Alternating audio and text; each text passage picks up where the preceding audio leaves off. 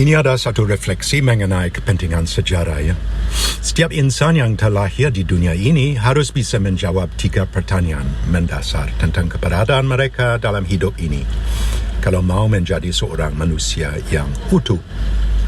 1. Siapakah aku? 2. Dari mana asalnya aku?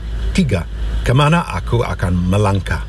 Jawaban dari pertanyaan yang kedua itu berakar pada pengetahuan dan pengertian kita tentang sejarah.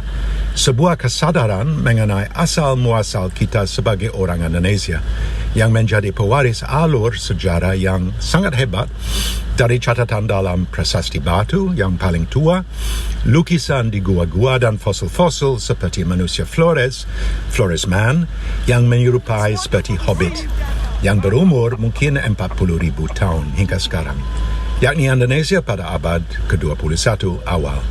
Mengetahui warisan alur sejarah ini dengan segala kerumitan dan kuasanya akan memberikan pengertian yang lebih mendalam mengenai siapa jati diri kita sendiri.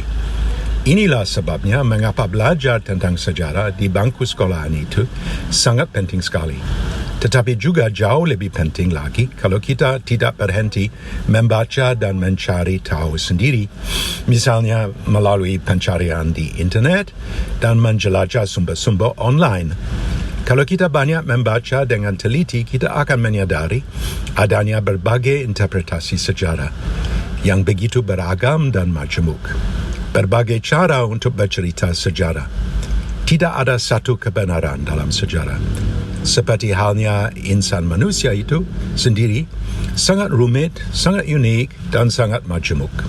Sejarah adalah pencarian jati diri kita sebagai umat manusia dengan segala kekayaan dan keanekaragaman. Ini adalah bagian dari perjalanan yang membuat kita menjadi seorang manusia yang utuh, yang penuh.